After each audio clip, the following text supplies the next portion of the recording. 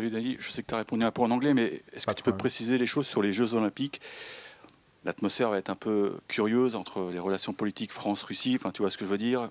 Vous ne serez pas sur la cérémonie d'ouverture. Est-ce que déjà, ça gâche un peu ton plaisir, ce grand rendez-vous?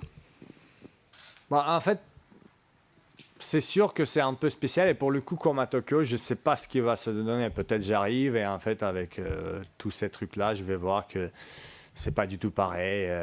C'est pas comme j'ai attendu, mais encore une fois, ce que je sentis à Tokyo fait que je vais sûrement venir à Paris et jouer.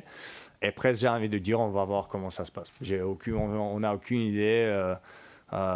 Toujours avant le tournoi, si le public est pour toi, contre toi, si les joueurs jouent bien contre toi ou pas, qu'est-ce qui se passe autour, tous les médias, social médias, je sais pas. Donc, pour le coup, presque, j'attends à ce que j'attends et c'est que des bonnes choses et on va dire la fierté et le bonheur. Et on va voir comment ça se passe. Peut-être ça va être pas du tout ça, mais là, je peux pas répondre pour l'instant. Mais concernant la cérémonie d'ouverture, les Russes ont été exclus de la cérémonie d'ouverture. Est-ce que tu trouves ça injuste ou, vu la situation, tu trouves que cette décision est normale? Bah en fait, c'est là où, pour un joueur de tennis, c'est dur à répondre parce que, par exemple, à Tokyo, il y avait.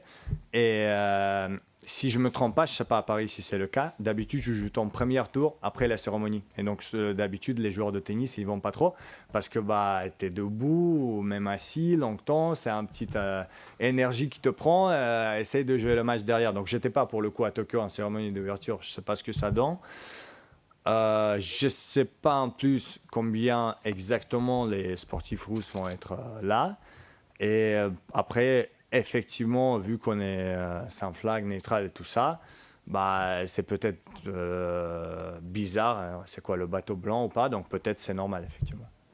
Donc tu trouves pas ça injuste? Parce que vous êtes des sportifs, donc la guerre, pour vous, vous n'êtes pas concernés directement. Mais donc le fait que vous soyez exclus, ça dérange pas, ça te dérange pas? En fait, je vais répondre comme ça. Il y a beaucoup de choses injustes dans la vie. Et là, on ne parle même pas que Russie, politique, tout ça. Je parle de toute la vie. Quand tu perds le match, c'est injuste que tu reçois 18 000 messages que tu es nul et il faut arrêter le tennis et trucs comme ça. Donc, beaucoup de choses sont injustes dans la vie. Et j'aime pas parfois dire exactement mon avis parce que ça crée des trucs autour. Donc, beaucoup de choses sont injustes dans la vie, je vais juste dire comme ça. Et pour le coup, moi, je suis quelqu'un qui sait ça et qui adapte très bien à beaucoup de situations et essaie de faire ma vie comme je peux, essaie de rendre les gens heureux autour de moi et parfois non. Et vraiment, ouais, j'essaie d'adapter, être bien avec moi-même.